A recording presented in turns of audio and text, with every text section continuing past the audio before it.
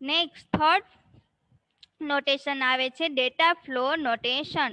Data flow Data flow are pipeline through which packets of information flow.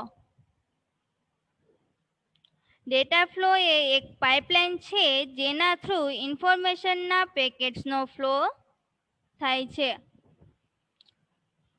Label the arrows with the name of the data that moves through it. કે તેના through આગળ વધતા ડેટાના નામની સાથે એરોઝનું label બનાવવામાં આવે છે, જે તમને ફિગરમાં બતાય છે. કે જે આ ડેટા ફ્લોનો જે સિમ્બોલ છે, આ એરો, એની નીચે તમને બીજો એરોનો સિમ્બોલ એટલે કે લેબલ લગાવવામાં આવેલ છે. Next fourth and last notation is external entity notation. External entities એટલે કે બાહ્ય entities. External entities are objects outside the system with which the system communication. એટલે કે એક્સટર્નલ એન્ટિટી એ સિસ્ટમની બહારના ઓબ્જેક્ટ, આઉટસાઇડ ધ સિસ્ટમ એટલે કે સિસ્ટમની બહારના ઓબ્જેક્ટ છે જેની સાથે સિસ્ટમ કોમ્યુનિકેશન કરે છે એટલે કે વાતચીત કરે છે. External entities are sources and destinations of the system inputs and outputs. કે એક્સટર્નલ એન્ટિટી એ સોર્સિસ અને ડેસ્ટિનેશન એ સિસ્ટમના ઇનપુટ અને આઉટપુટના સ્થળો છે. જે તમને બે એક્સટર્નલ એન્ટિટી તરીકે બતાવેલ છે. તમને આ નોટેશન પણ એક અથવા તો 2 માર્ક્સમાં એક એક નોટેશન પૂછાય, અથવા તો તમને એમ પણ પૂછાઈ શકે ડેટા ફ્લો ડાયાગ્રામના નોટેશન જણાવો. Explain data flow diagram notation. તો તમારે આ 4 નોટેશન છે એને એક્સપ્લેન કરીને એની ફિગર ડ્રો આઉટ કરીને લખવાના રહેશે, જે તમને 2 અથવા તો 3 માર્ક્સમાં જ પૂછાય છે. નેક્સ્ટ આવે છે ટાઈપ્સ ઓફ ડીએફડી. કે ડેટા ફ્લો ડાયાગ્રામના ટાઈપ્સ, એના પ્રકાર. There are 2 types of DFD. કે ડીએફડી એટલે કે ડેટા ફ્લો ડાયાગ્રામના 2 પ્રકાર છે. First physical DFD and second logical DFD. એમાં ફર્સ્ટ જોઈએ આપણે ફિઝિકલ ડેટા ફ્લો ડાયાગ્રામ. જે આ તમને ફિઝિકલ ડેટા ફ્લો ડાયાગ્રામ્સ અને લોજિકલ ડેટા ફ્લો ડાયાગ્રામ છે એની ડેફિનેશન તમને 1 અથવા તો 2 માર્ક્સમાં પૂછાય, અથવા તો 2 અથવા 3 માર્ક્સમાં તમને એનો ડિફરન્સ પણ પૂછાય છે. એમાં હવે ફર્સ્ટ જોઈએ ડેફિનેશન, જે તમને 1 અથવા તો 2 માર્ક્સમાં પૂછાય છે. An implementation dependent view of the current system showing what tasks are carried out and how they are performed is called physical data flow diagram. કે કરંટ સિસ્ટમને ઇમ્પ્લિમેન્ટેશન એટલે અમલ અને ડિપેન્ડન્ટ એટલે કે આધારિત.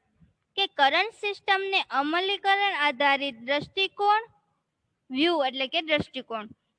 કે કરંટ સિસ્ટમને અમલ આધારિત દ્રષ્ટિકોણ, કયા ટાસ્ક એટલે કાર્યો, કયા કાર્યો કરવામાં આવે છે તે દર્શાવતું હોય તેને ડેટા ફ્લો ડાયાગ્રામ કહેવામાં આવે છે. કે કરંટ સિસ્ટમ એટલે કે વર્તમાન સિસ્ટમ છે એને ઇમ્પ્લિમેન્ટેશન અને ડિપેન્ડન્ટ કરી એટલે કે અમલીકરણ આધારિત દ્રષ્ટિકોણ થ્રુ કયા કાર્યો કરવામાં આવે છે તે દર્શાવતું હોય તેને આપણે ફિઝિકલ ડેટા ફ્લો ડાયાગ્રામ તરીકે ઓળખીએ છીએ. Physical characteristics can include. કે ફિઝિકલ ડેટા ફ્લો ડાયાગ્રામની કેરેક્ટરિસ્ટિક છે એ જે નીચે આપેલ છે એનાથી ઇન્ક્લુડ એટલે સામેલ થાય છે. એમાં ફર્સ્ટ જોઈએ નેમ્સ ઓફ પીપલ્સ. કે પીપલ એટલે લોકોના નામ. Form and document names or numbers.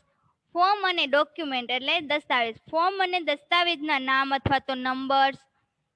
Names of departments કે ડિપાર્ટમેન્ટ્સ એટલે વિભાગોના નામ.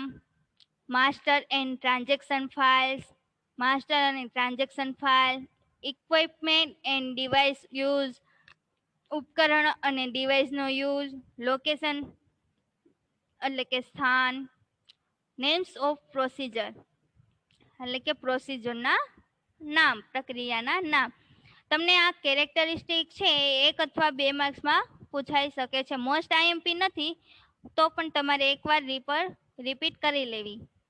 નેક્સ્ટ આવે છે સેકન્ડ ટાઈપ્સ ડેટા ફ્લો ડાયાગ્રામનો, લોજિકલ ડેટા ફ્લો ડાયાગ્રામ્સ, જેની ડેફિનેશન તમને 1 અથવા તો 2 માર્ક્સમાં પૂછાઈ શકે છે. હવે એની ડેફિનેશન જોઈએ. An implementation dependent view of system focusing on the flow of data between processes without regard for the specific device, storage locations or in the system is called logical data flow diagram. કે સિસ્ટમના view તરીકે implementation dependent એટલે કે અમલીકરણ આધારિત વિશિષ્ટ ઉપકરણોને ધ્યાનમાં લઈ અથવા સિસ્ટમના સ્ટોરેજ લોકેશનને ધ્યાનમાં લીધા વિના પ્રોસેસ વચ્ચે જે ડેટા ફ્લો પર ફોકસ કરવામાં આવે છે એને આપણે લોજિકલ ડેટા ફ્લો ડાયાગ્રામ તરીકે ઓળખીએ છીએ. નેક્સ્ટ આવે છે general rules of drawing logical data flow diagram. કે logical data flow diagram draw કરવાના જનરલ એટલે કે સામાન્ય નિયમો છે, રૂલ્સ એટલે નિયમો છે. એમાં જોઈએ હવે, એની data flow leaving a process must be based on data input the process. કે પ્રોસેસને છોડતા કોઈ પણ ડેટા ફ્લો પ્રોસેસના ડેટા ઇનપુટ પર આધારિત હોવા અશક્ય છે. કે જે આપણે કોઈ પણ પ્રોસેસ કરી છે એને પછી આપણે છોડી દઈએ છીએ, મૂકી દઈએ છીએ, એના પર જે ડેટા ફ્લો પ્રોસેસ થાય છે અને એમાં જે ડેટા ઇનપુટ કરેલ છે એ એના પર ડેટા ઇનપુટ પર આધારિત હોવા અશક્ય છે, જ્યાં પોસિબલ નથી. નેક્સ્ટ આવે છે all the flow should be names. The name reflect the data following between process, data stores, source and sinks. કે all the flow should be names. કે બધા ફ્લોઝના નામ હોવા જોઈએ. ફ્લો એટલે પ્રવાહ, કે બધા પ્રવાહના નામ હોવા જોઈએ.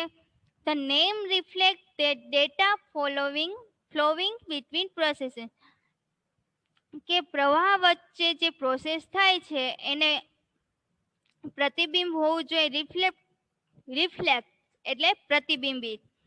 કે એ પ્રોસેસ વચ્ચે ફ્લોવિંગ ડેટાને રિફ્લેક્ટ એટલે કે પ્રતિબિંબ કરે છે. કે પ્રોસેસ વચ્ચે જે ડેટાનો પ્રવાહ થાય છે એને પ્રતિબિંબિત કરે છે.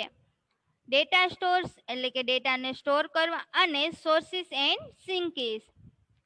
થર્ડ આવે છે only data needed to perform the process should be an input the process. કે પ્રોસેસને પરફોર્મ કરવા માટે ફક્ત જરૂરી ડેટા માટેનું ઇનપુટ હોવું જોઈએ. Next, a process should know nothing about that is be independent of any other process in the system. It should depend only on its own input and output. કે a process should know nothing about. કે પ્રોસેસને કંઈ ખબર હોવી જોઈએ નહીં.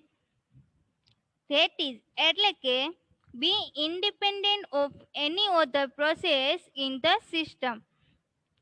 કે એટલે કે સિસ્ટમની અન્ય કોઈ પણ પ્રોસેસ ઇન્ડિપેન્ડન્ટ એટલે કે સ્વતંત્ર હોવી જોઈએ, અને it should depend only on it's on input and output. અને ફક્ત તે પોતાના ઇનપુટ અને આઉટપુટ પર ડિપેન્ડેડ એટલે કે આધારિત હોવી જોઈએ. નેક્સ્ટ આવે છે processes are always running, they do not start or stop. કે પ્રોસેસ હંમેશા ચાલુ રહે છે, તેઓ શરૂઆત નથી શરૂ કરતા નથી અથવા તો બંધ થતા નથી. પ્રોસેસ છે એ હંમેશા માટે ચાલુ જ રહેશે. તેને કોઈ આપણે પ્રોસેસ ને શરૂઆત પણ કરતા નથી અને ચાલુ પણ કરતા નથી. ફોર એક્ઝામ્પલ તરીકે આપણે કોઈ પીસીમાં પ્રોસેસ કરીએ છીએ એ આપણે એની સ્ટાર્ટ નથી કરતા અને એને બંધ પણ નથી કરતા, એ ઓટોમેટિક હોય છે. Analysts should assume a process is always ready to function or perform necessary work. કે એનાલિસ્ટ એ માની લેવું જોઈએ કે એઝ્યુમ એટલે કે માની લેવું જોઈએ કે પ્રોસેસ હંમેશા જરૂરી કાર્ય કરવા અથવા તો કરવા માટે તૈયાર જ હોય છે. આપણે આ વિડીયોમાં ડેટા ફ્લો ડાયાગ્રામ વિશે જોયું. જે તમને 3 અથવા તો 5 માર્ક્સમાં પૂછાય છે તો તમારે ડાયાગ્રામ કમ્પલસરી ડ્રો કરીને તમારે ઇન ડિટેલ એને એક્સપ્લેન કરવાનો રહેશે, જેની ખાસ નોંધ લેવી. નેક્સ્ટ આવે છે તમારે ડેટા ફ્લો ડાયાગ્રામ લેયર્સ, જે આપણે આવતા વિડીયોમાં ડિસ્કસ કરીશું.